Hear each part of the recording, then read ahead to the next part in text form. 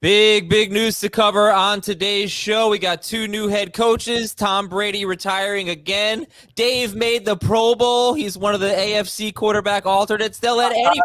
Stop. I'm not going to go. You're not. Why not? I have some pre-existing commitments. I'm not going to be able to make the Pro Bowl. I got to mow my lawn. Got to, clip my toenails. Heath, you're in. Congratulations, Heath. No, I am declining because I feel disrespected that Dave got chosen to be an alternate before I was, and so I will also not be attending. But you're ahead of Jamie. Jamie, you're in the Pro Bowl, just behind Tyler Huntley. Sweet. I'll be there. 3 touchdowns. Cool. Every backup quarterback from this point forward, when they sign a contract, should include a $500,000 Pro Bowl bonus in their contract, just in case this goofy thing happens. Yeah, that was kind of crazy, man. I mean, it's weird, but Tyler Huntley is a Pro Bowler. Anyway, in all seriousness, we do have a lot of news to get to today. Also going to do some rankings disputes. Kirk Cousins versus Dak Prescott. They're close, but Heath does not have Cousins in the top 12. For Jamie and Heath, Cousins is toward the bottom of the top 12, but we'll talk about those two guys. None of us, when we did our rankings several weeks ago, about a month ago, none of us had Josh Jacobs in the top 6. Why not? Najee Harris versus Nick Chubb. Dave is the only one who had Harris in the top 12 when he did his initial rankings. And Garrett, what's that? I just said yeah. Yeah. And Garrett Wilson versus T. Higgins. We'll talk about that as well. Okay, let's go to Tom Brady retiring. And I mean, what's the angle here? Should I just play last year's episode when he retired, or like? There's lots of angles.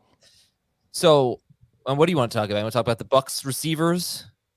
I think the two big ones are the Bucs receivers, and like we already didn't have enough starting quarterbacks in the NFL. This is one fewer guy to fill a third of the league who needs a new quarterback.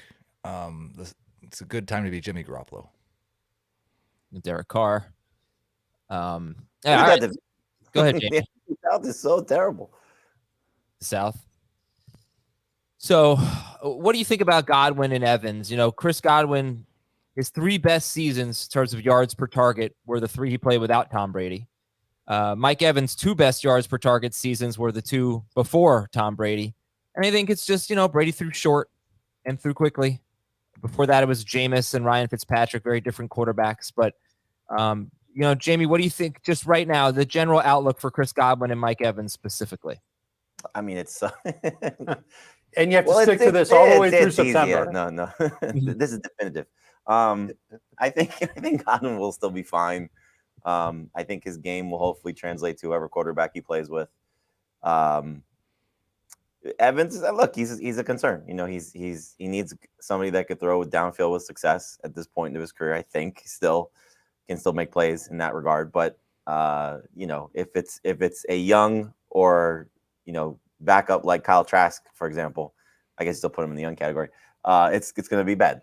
So Garoppolo would be fine. Derek Carr would be fine for those guys. It's not exciting. It's not oh my gosh, they have to overspend for those type of receivers, but you're losing a guy that has made these guys very successful for the last 3 seasons. So that's not fun.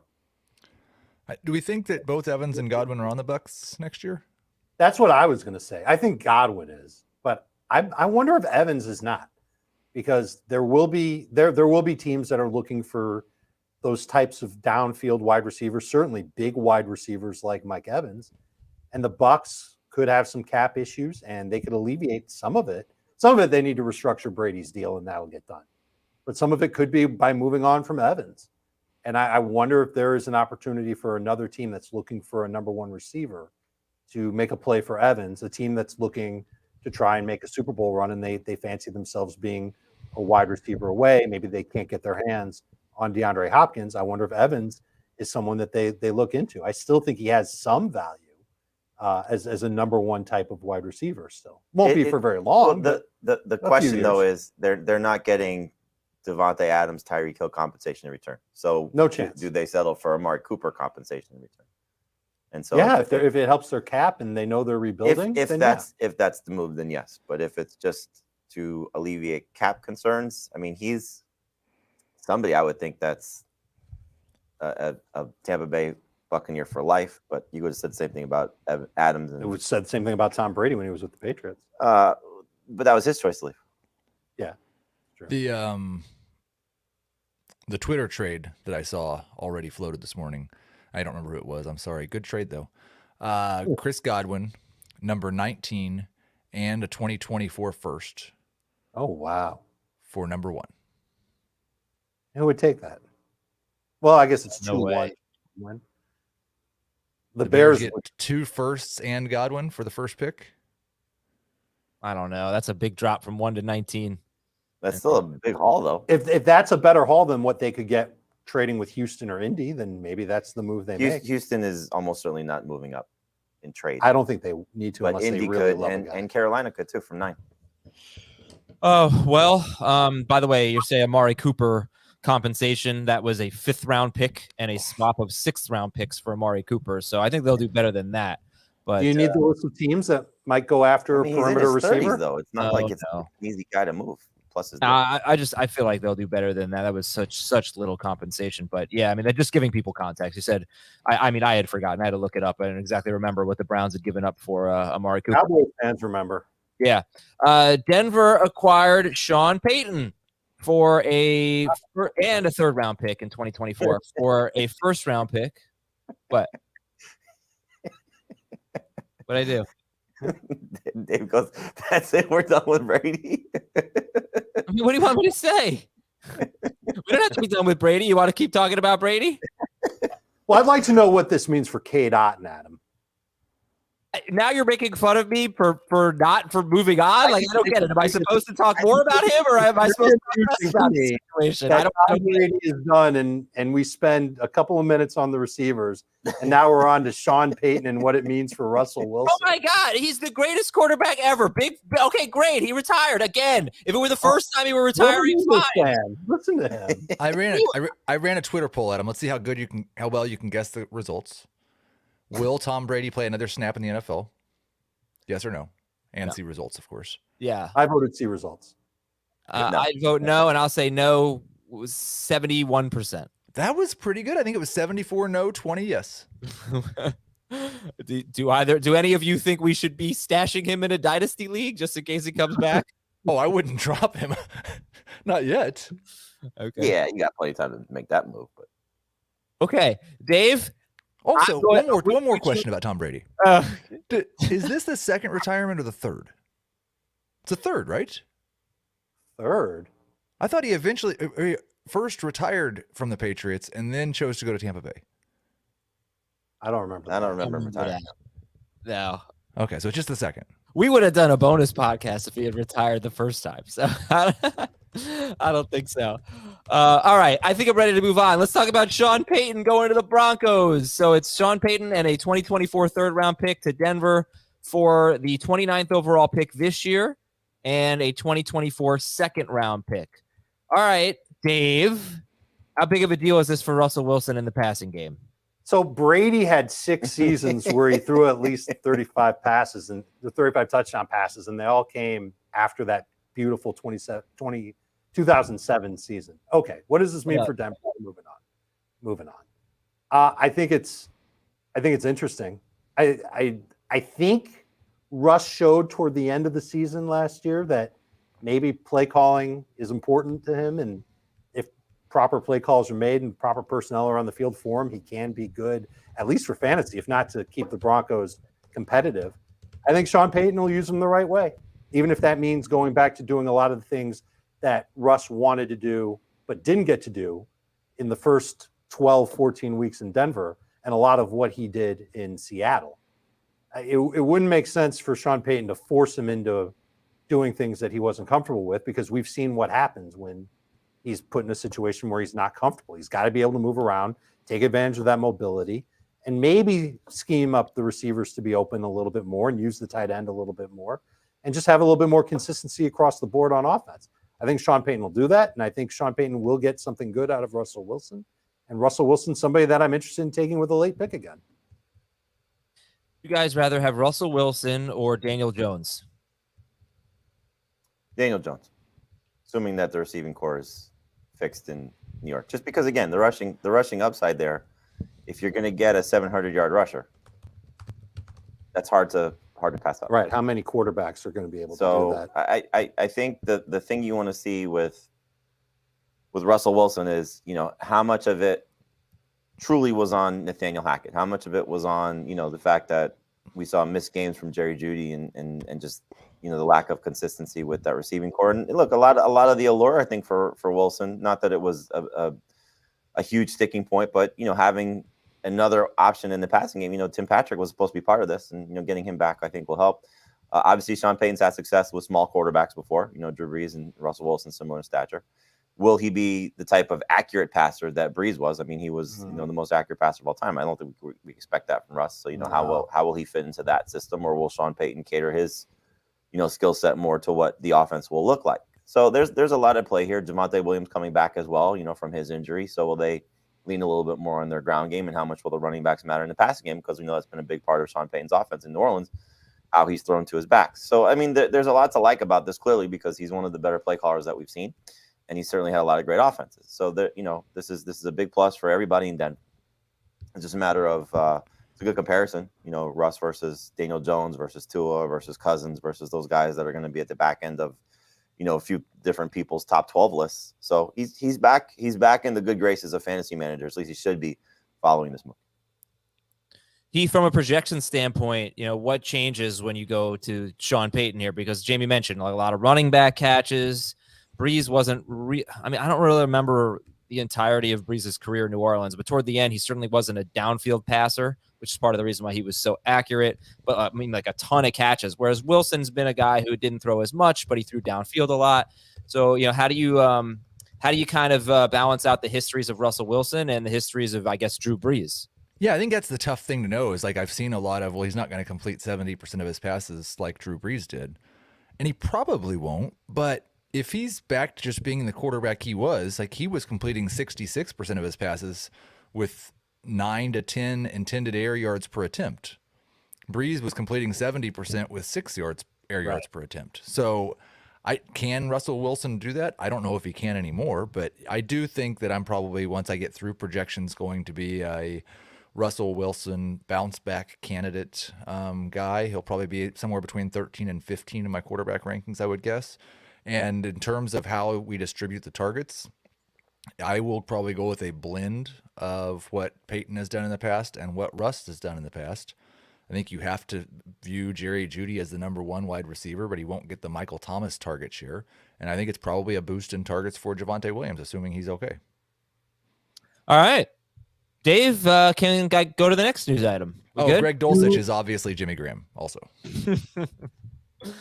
All right. How about this one? We really have to wait to see the offensive coordinator hirings, but Houston hired San Francisco defensive coordinator DeMeco Ryans, former linebacker for the team for the Texans. He was a great player for Houston, and now he's their new head coach.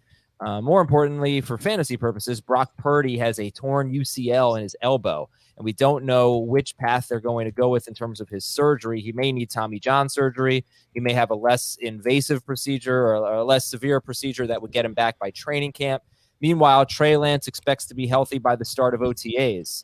It's going to be a headache for you guys trying to do rankings. Heath, I'll throw it to you first here. As the offseason progresses for the 49ers, we just don't know who their quarterback's going to be. What's your read right now? I think you have to project it as if Trey Lance is going to be the starting quarterback and just don't make them quite as run heavy as they would be if Lance was the starting quarterback all year long, because there is a potential for him to get benched or for Purdy to just take the job away from him. So I will project them definitely more run heavy with this news than I would if Purdy was healthy. Anyone have a hot take? Does anyone else think it's interesting that the Purdy news, Lance coming out saying that he'll be ready for OTAs, Sean Payton going to Denver, DeMeco Ryans going to Houston, that happened like back to back in the 4:00 hour on Tuesday. And then Brady retiring Wednesday morning. Like all those dominoes seem to fall like within a 24-hour span. I wonder if that's truly coincidence, or were things, did Brady get the message that San Francisco maybe didn't want him and that Sean Payton wasn't going to connect with him? And so he said, maybe. okay, Sure. I guess I'm done. I mean, you and Arian Foster could write a good story. Thank you. I think the best part was that DeMeco Ryans was the Broncos' first choice, and Sean Payton was the backup plan. That's what it sounds like. Well, you don't have to give up draft picks to get DeMeco Ryans. There's a big part. And I bet you don't have to pay him as much. And you don't have to pay him as much. So I think there's looking, to go back to your question, Adam. I think in terms of the quarterback situation for San Francisco, if Lance is good out of the gate, he's not losing that job. If Purdy's not ready, I mean, he was expected to be their franchise quarterback. That's what they want to be their franchise quarterback. Obviously, Purdy was so good in the Band-Aid situation, but there's a reason why he was a 7th round pick. These are the type of guys that get figured out. Trey Lance may be a difference maker. So I'm gonna, like Heath said, he's gonna go back to. I'll go back to my lesson learned. I'm gonna go back to Trey Lance, which I spend as much capital, spends a high draft pick on him. But he's certainly someone I'm gonna look for with a late round pick if he's the starter for sure. One of your last 2 picks, something like that. Easy, yeah. Russell Wilson or Trey Lance? For me, I will take Trey Lance. I think there's more upside with Trey Lance. If I miss on quarterbacks and I need a starter for week 1, I'll take Russell Wilson. But if I'm taking a backup fantasy quarterback, it's obviously Trey Lance. He's a league winner. If he is isn't Russell Wilson? Isn't Russell Wilson a potential league winner? 34? No, I don't think he's. I think he's going to be. Yeah. What was he ranked on a per game basis his last year in Seattle? If no one knows, I'll look it up. So that is interesting because before his injury, the first 4 or 5 games of the season, he may have been QB1. He was that good. Right. I remember he played that. with 3 fingers. Right. He came back too soon and he struggled. And that's why I always push back on the, Russell Wilson's done narrative, because he wasn't in 2021. He was really, really good before his injury in 2021. He was normal Russell Wilson. Guy. What's that? It's a different team and he's older. I mean, that's 2 years removed. I'm sorry. I mean, look, I'm not saying you're wrong. Personally, I don't think 34 is old for a quarterback. I mean, it is concerning that he doesn't run as much as he used to. But I think you could easily, you could be a good quarterback at that age if you're. I'm not saying he can't be a good quarterback. I think he could be like a top 10 fantasy quarterback, top 8 maybe. Mm-hmm. But I think if Trey Lance can hit, and we're talking about Daniel Jones getting 3,700. I think Trey Lance could do that too. Yeah, but you're acting like Daniel Jones had a really good fantasy season. He was like QB 14 per game. Even with all those yards, he threw so few touchdowns. He also did that with nobody at receiver. Right. There's a projection that's in place with Daniel Jones that you're hoping he takes a big step forward passing. I get that. Still does what he did rushing. I'm saying you have to do something on top. You won't feel good about that, Adam, until you see what the receiving core looks like in New York. And not to speak for Jamie, I'll speak for myself. I'm banking on New York making at least one nice splash at wide receiver. That would make me feel more encouraged about drafting Daniel Jones. I mean, you got to figure they have to upgrade receiver. The problem is it's the worst free agent receiver group ever, basically. And that doesn't matter. They can go the trade. I know they can go the trade route. I think 1st round pick would make a lot of sense for them too at receiver. So I just want to make sure, the Tom Brady news is about Russell Wilson. The Sean Payton news is about Daniel Jones. The Sean Payton news is about Daniel Jones, and this news is also about Daniel Jones. And when do we talk Eagles today? Just one more thing about Russell Wilson. Taysom Hill going to Denver at some point. I was stunned he wasn't in the package to get Sean Payton. Okay, you may know Ryan Wilson as one of the hosts of the Pick 6 podcast, or you've heard him on our show talking NFL draft. Well, you got to listen to him and former Vikings GM Rick Spielman, the guy who drafted Adrian Peterson, Dalvin Cook, Justin Jefferson in real life. Check him out with Ryan Wilson on the new podcast With the First Pick. They will help you get ready for the NFL draft. It's time to do that. If you're a fantasy fan, you want to listen to this podcast, mock drafts, prospect profiles, stock watch, and more. The show is called With the First Pick. I've listened to it. It's outstanding. They'll probably talk about Daniel Jones at some point. So you definitely check out With the First Pick wherever you listen to podcasts. We have got rankings disputes when we come back. Kirk Cousins versus Dak Prescott and a lot more. We'll be right back on Fantasy Football Today. All right, let's talk about our early rankings here. And I know that they change a lot, so we'll just have some discussions here. Kirk Cousins versus Dak Prescott. Who do you like better? As of a few weeks ago when Jamie published these stories, Dave and Jamie had Cousins 1 spot ahead of Dak, around 9, 10 or 10, 11. Heath did not have Cousins in the top 12, and he had Dak Prescott, I think, 10th. And they were very, very close in terms of fantasy points per game. If you include week 18 or not for Kirk Cousins, if you don't include week 18, which you probably shouldn't, he played about half the game. It didn't change his fantasy points per game all that much. So Cousins and Dak were basically even this year. Dak, new offensive coordinator. Cousins the Vikings were 3rd in the NFL in pass attempts last year. Keep that in mind. So anyway, Heath, you didn't have Cousins in your top 12. You were the only one. Well, I didn't either, but among the three of you, you were the only one. So you like Dak better. Go. Yeah, I think like they were basically the same guy if you count Dak Prescott's week 1 against him. He played 70% of the snaps, so you probably should. But that was the first year in the last 4 that they were basically the same guy. Dak has been a considerably better fantasy option. This was before the news that Kellen Moore was leaving. That makes me more concerned about Dak Prescott. But I just think that the upside you get with Kirk Cousins is maybe he will sneak into the top 10 quarterbacks. And I still believe that Dak Prescott has top 6 upside. He's 5 years younger than Cousins, and he's basically been better each of the last 4 years. Now, just real quick before we go to Dave and Jamie. Now, when you say maybe he'll sneak into the top 10, you're talking per game here because people might say Kirk Cousins was QB6 this year, and he was QB8 and 4-point, QB6 in 6-point leagues. On a per game basis, he's been right around QB10 3 years in a row, 10 to 12. 6-point per passing touchdown league per game. Cousins has been QB12, QB10, and QB10 3 straight years. So Heath, that's kind of what you think his upside is, where he's been. I just think that's That's the question, right? Is he who he is, or can he be better? I mean, he's the same age as Russell Wilson, right? And I don't think he's necessarily going to start dropping off, but I have a hard time imagining that he's going to have the career year.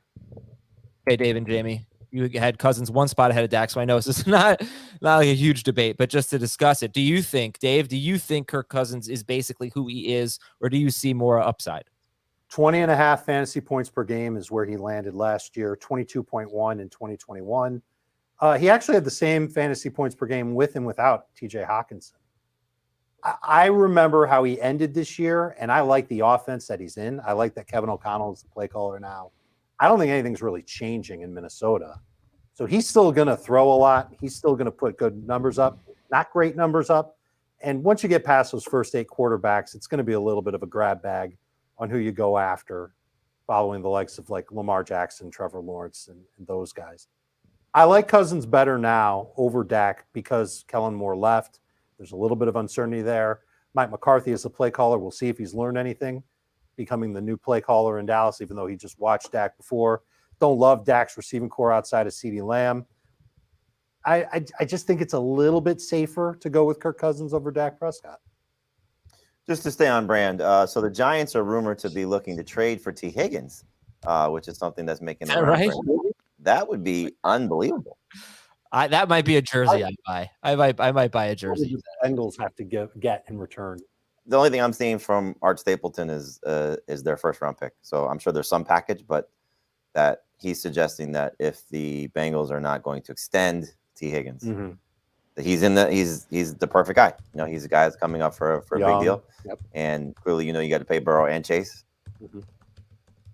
Yeah. All right. Back to Would you put Daniel Jones ahead of Dak and Kirk Cousins if he got T. Higgins? You would. Yes. Out of both of them, if you got T. Higgins. Yeah.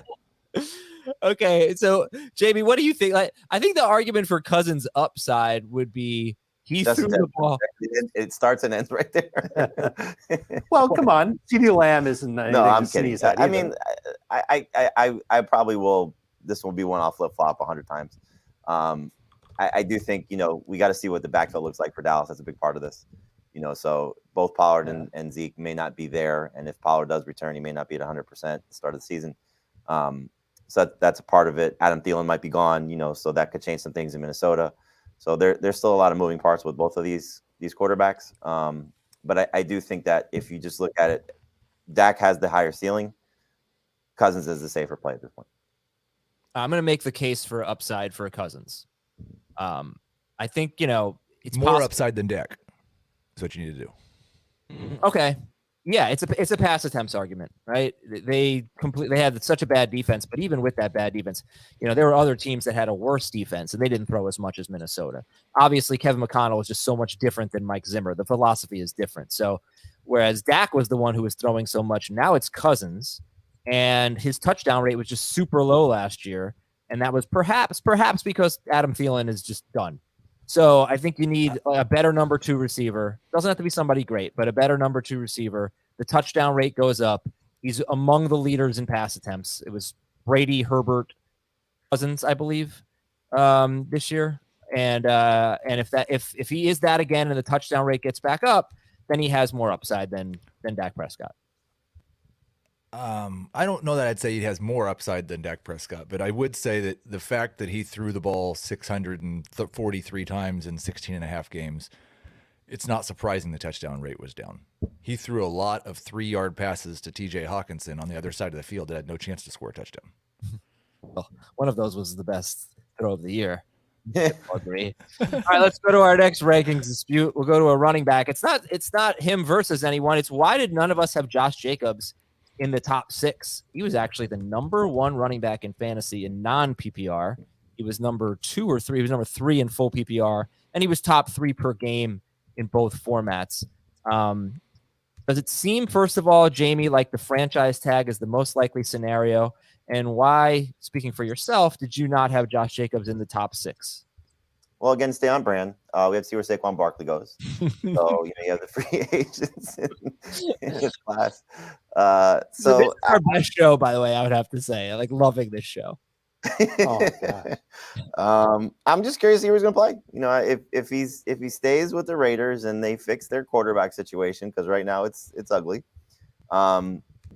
then I think he's absolutely in the same conversation. I think if he leaves, you got to be concerned. Running backs that change teams as free agents don't typically fare so well.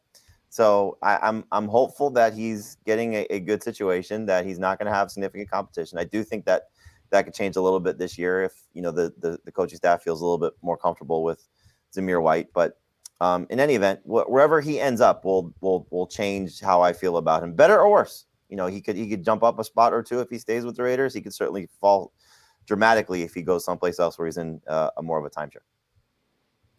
Dave? How many times have we seen a running back get paid and then fall off? Happens a bunch. And I who is this guy? Who is he? Lillian, who is this man? Last year, he averaged 14.1 PPR points per game. In 2020, he was 14.3 PPR points per game. In 2022, it was 19.3. 5 points per game better in PPR last year. New coach, though. New coach, but also a contract year. And I wonder if there's something in play there where he's fighting through injuries, playing strong, getting a lot of work, and coming through despite issues like a bad passing game, a bad offensive line, maybe some bad coaching. And he's doing it for the almighty dollar. And I don't blame him for doing it. I would probably do the same thing if I were a ridiculously talented professional athlete. It's a big leap to say that it's just contract related, right? I mean, it might. Yeah, it really I might wouldn't not. say that. I think that might have helped motivate him. Well, I mean, to play as good as he possibly could last year compared to some of his previous years. There's a 5-point jump that needs to be accounted for, and it's hard to account for that 5-point jump staying there, knowing what he was when he was younger and fresher and still getting a lot of work in the Raiders offense. I mean, there were 3 running backs that came into the season with contract concerns, and they all had pretty significant years. Jacobs was 1, Barkley was 1, and Miles Sanders 1. And again, you can dissect that however you want to. Barkley being healthy, Sanders being a little bit more of the right focal offense, point. right? Yes. Jacobs, fighting through injuries, all those things. So look, we've all been around sports for a long time, covered athletes. It matters to them. Contract years matter to them. So he went out and had a huge season. Kudos to him. He should get paid.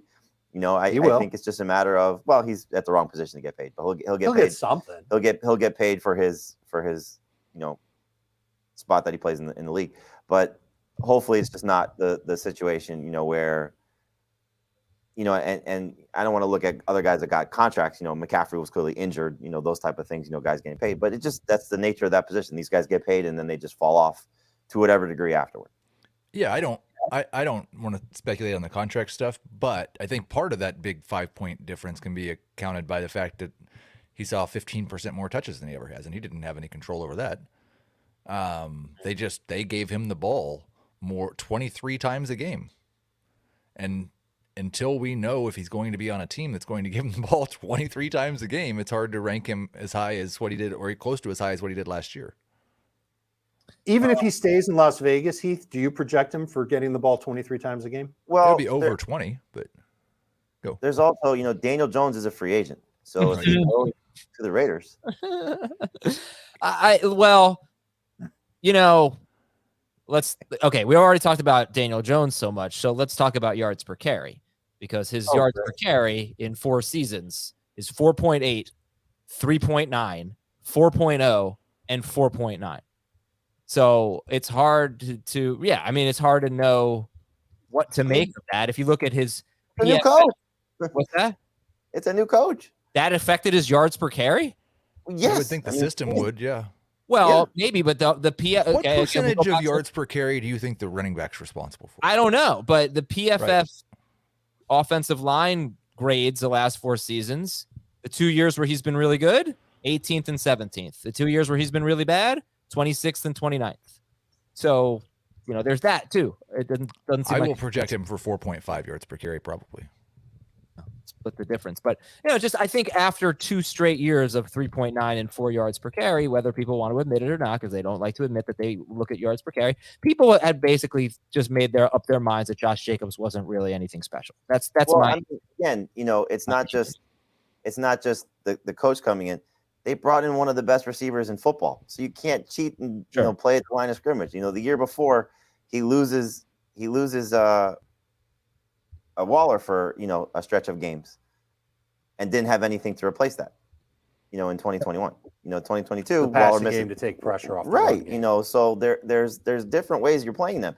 You can't play 8 guys in the box when you have Devontae Adams and Darren Waller and Hunter Renfrow. Even if take Waller out of it, with the games that he missed, you can't cheat.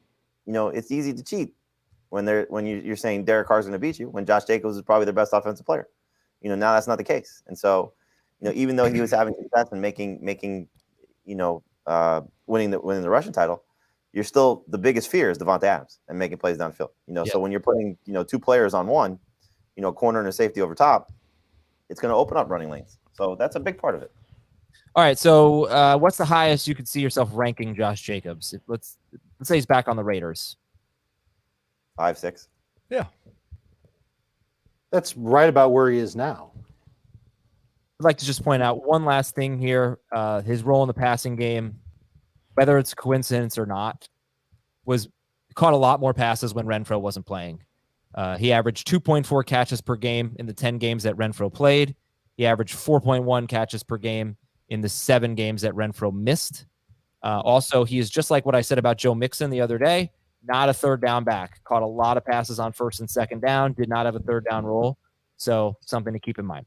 That offense, though, does throw to their running backs a lot on non-third down plays. And he only had 2 targets the first 2 games of the season, when I'm not sure Josh McDaniels was sold on him yet. Then you also go back to 2021. His passing numbers spiked when Drake went down and when Waller went down. All right, next debate, Najee Harris versus Nick Chubb. Raise your hand if you like Najee Harris over Nick Chubb. Dave, that's just you could have Jamie. You could have left the over Nick Chubb part out. But Jamie, I think, was putting his hand up there. Yeah, no. Oh, that's a change. Okay, so you're going to move Najee ahead of Chubb. This is full PPR, obviously. Yeah, 9.5. I'll still take Chubb, but full PPR, I'll go back to Najee. Heath, you're on Chubb. Yes. Okay. All right, Heath, go. Oh, Canada. I just don't think the Steelers' offense is going to be considerably better than it was last year. I don't think their scheme was very good last year. Their offensive line has major improvements to make. If you're a yards per carry guy, Najee Harris now has 579 career carries. He doesn't have a season with better than 4 yards per carry. I don't see a huge touchdown spike for him, and his role in the passing game really overall cratered last year. He did have a couple of real big spike games, but I don't have confidence that he goes into the year as a 380 touch guy like he was as a rookie. Damie? I'm still banking on talent. I almost feel like I'm saying a lot of the same things I said this time last year about Najee. I'm banking on the offensive line being better in Pittsburgh. I'm banking on the passing game being more efficient, if not more explosive next year than this year. And I think that Najee is more of the running back that we saw in the last 5 games. Averaged almost 16 PPR points per game in his final 5. In his rookie year, he was at 16.8. So I think he can land right in that range between the high 15 and high 16 PPR point per game average. That's the tier behind the running backs that you'll find in round 1. So I'm willing to bank on that talent. I still think he's going to get a lot of good opportunities. And I think the offense will get a little bit better, even with Matt Canada calling plays. So there's a couple things to play. I think both guys certainly have plenty of upside still, but Chubb is getting to that point of his career age-wise, where you got to be starting to worry about it, age 27 plus. Adam, I sent you a story from PFF about where Najee Harris had 7 times he was tackled at the 1-yard line. One of the unluckiest players at his position across the NFL. At 7 times that he I don't know how many times that then turned into a score, but he failed to score a touchdown on 7 times getting tackled at the 1. And I did while Heath was talking about the offensive line, I went and looked at just 2 of our 4 of our mock drafts. 2 of our mock drafters had the Steelers taking an offensive tackle. So I think that's something where, you look at it, if they don't address defense, which, clearly is still a very big strength on the offensive side, everything else for them is in place except for maybe adding to that spot in the offensive line. So it would make a ton of sense for them to spend, I think their pick 18, if I'm not mistaken, to spend that pick on 17, to spend that pick on an offensive lineman. So it's not going to be one of the elite guys, but still, depending on how the draft falls, can get, one of the better offensive linemen in the draft. So a lot of things still at play. And then the biggest thing for me with the Browns was at the end of last season, which you can make a strong argument for it, that they were just trying to get Deshaun Watson going.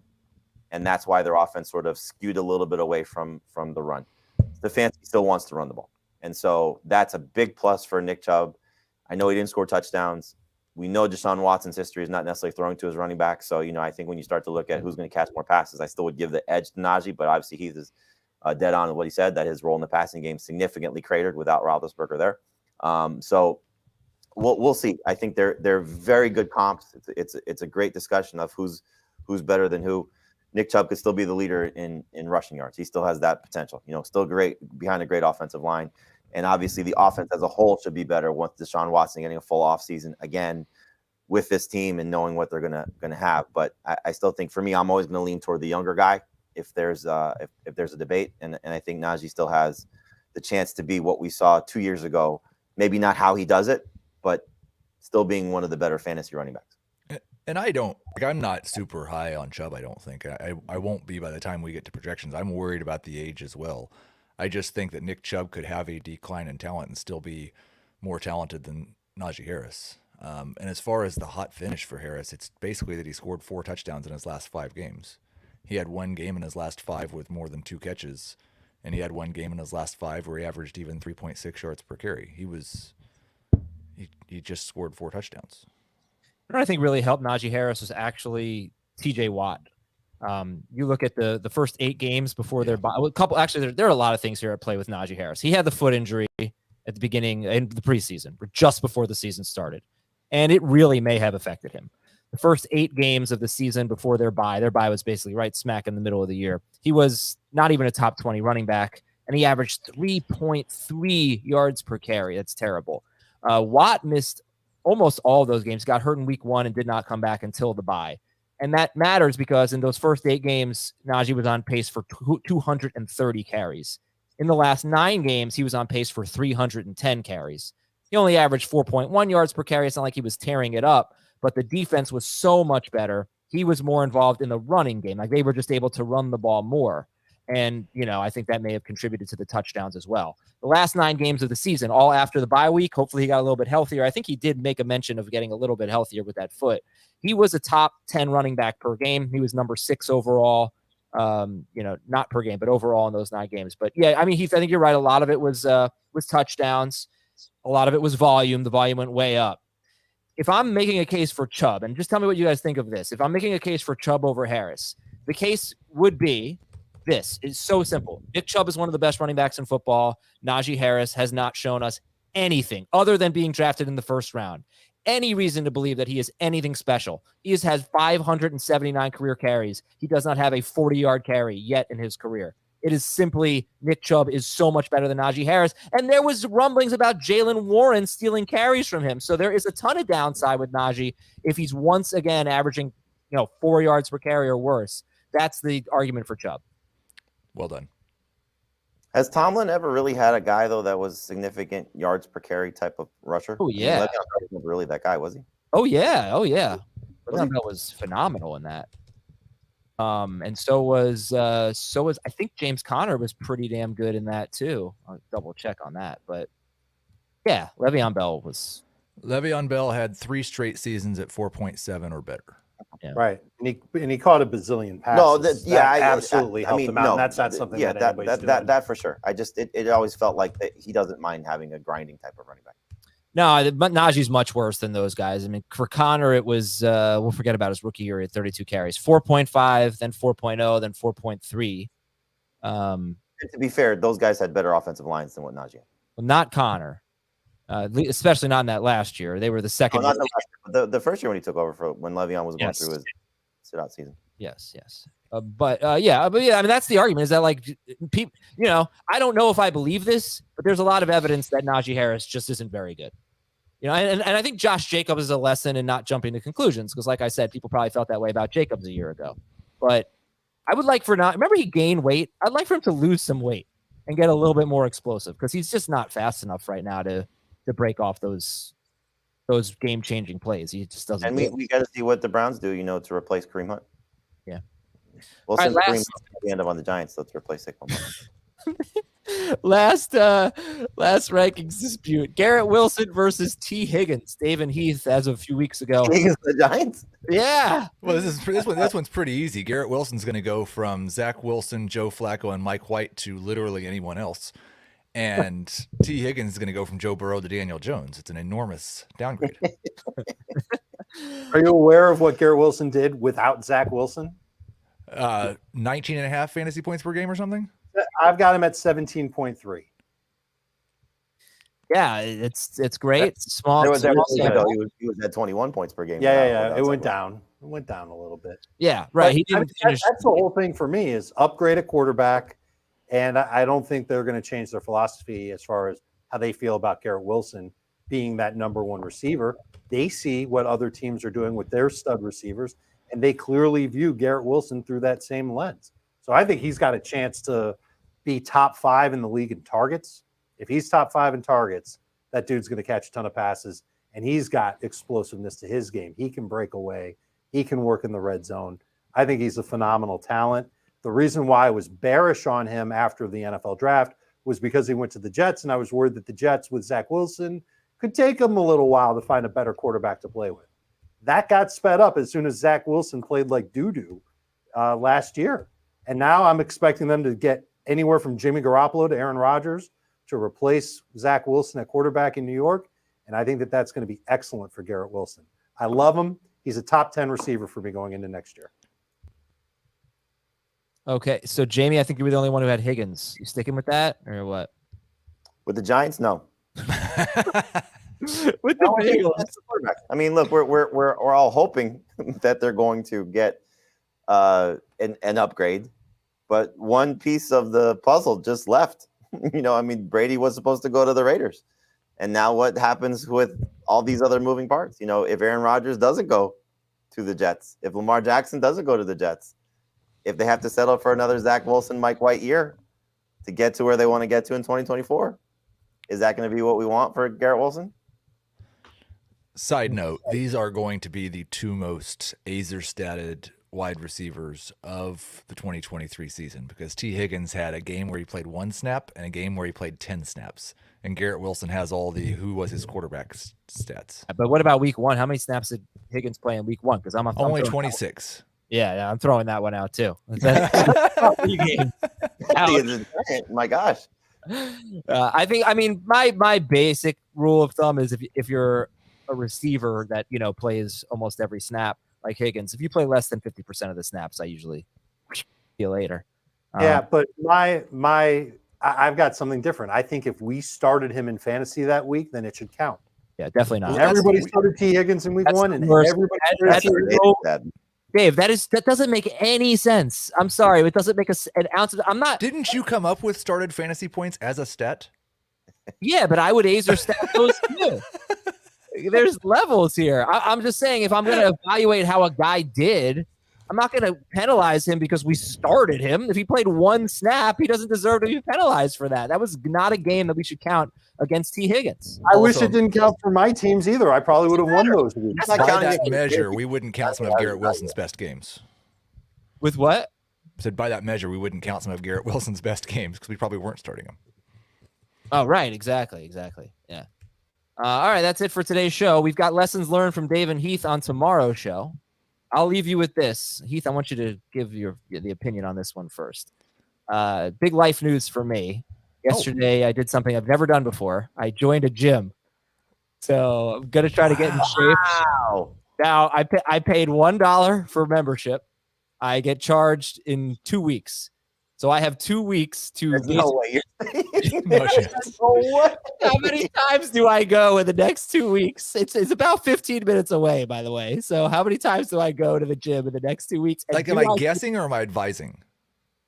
You could do both. What do you My think?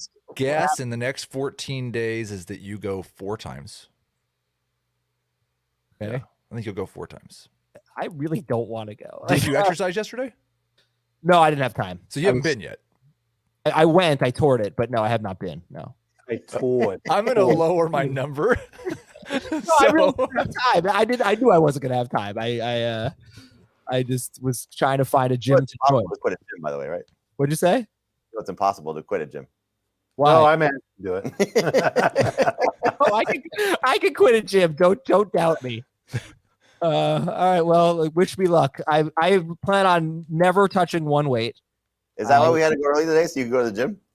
I wish. No time today either. So that's and I'm not going on weekends because it's gonna be way too crowded. So I don't know if this is gonna work. Luckily, it was only $1. The reason I joined was to play some basketball. So I'm really working on my Silky J. And, I would love to watch that. Yeah, Getting pickup games. Don F says, can't wait for Adam to complain about being sore. Yes, you can count on that. Our next show. He's going to have to go. Well, He's not going to be sore. He's not listening. Adam, you know how most of our mailbag show thinks that Dan did the show on his toilet? Yes. I don't think people think you have legs. Probably not. All right, guys. Thank you so much for your time today. I'm going to use my legs to get up and go have a sandwich. We will talk to you tomorrow on Fantasy Football Today.